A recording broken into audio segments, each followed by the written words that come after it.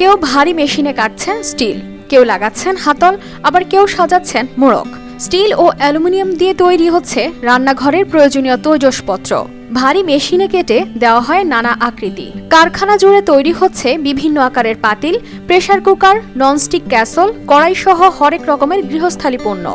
মশলা expert রাঁধুনি নিয়ে এলো টেস্টিং সল্ট মুক্ত রাঁধুনি স্বাদ মেশালি, স্বাদ হবে দুর্দান্ত।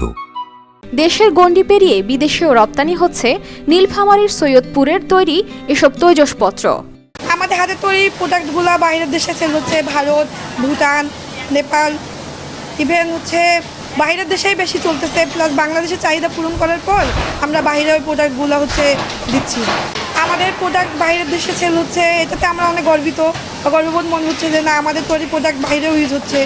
1978 সালে প্রায় 3.5 একর জমিতে গড়ে ওঠে এ কারখানা। 2007 সাল থেকে শুরু হয় প্রেসার কুকার, গ্যাস চুলা, ননস্টিকের নানা পণ্য তৈরির কাজ। মানসম্মত পণ্য তৈরি করায় দ্রুত বাজার দখলে নেয় এসব পণ্য।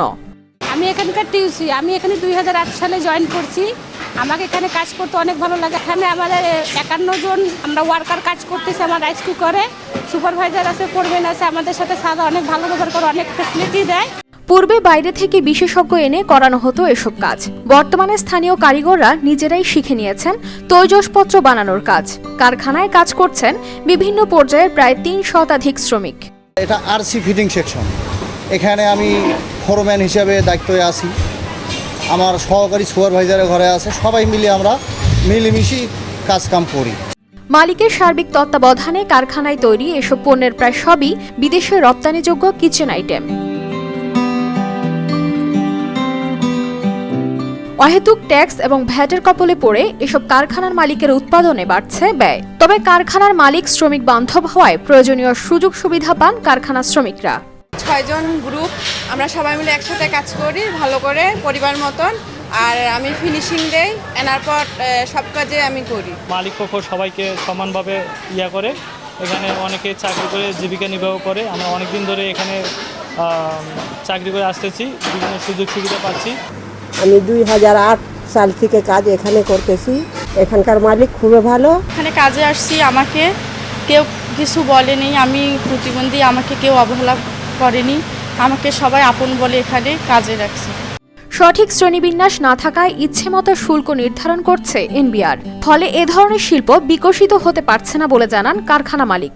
আমাদের দেশেও সরকারের উচিত ছিল ইন্ডাস্ট্রিকে গড়ে এই খাতকে সুযোগ দেওয়ার জন্য, যে র মেটেরিয়াল আমাদের দেশে হয় না, তার ডিউটি 0 করে দেওয়া হোক।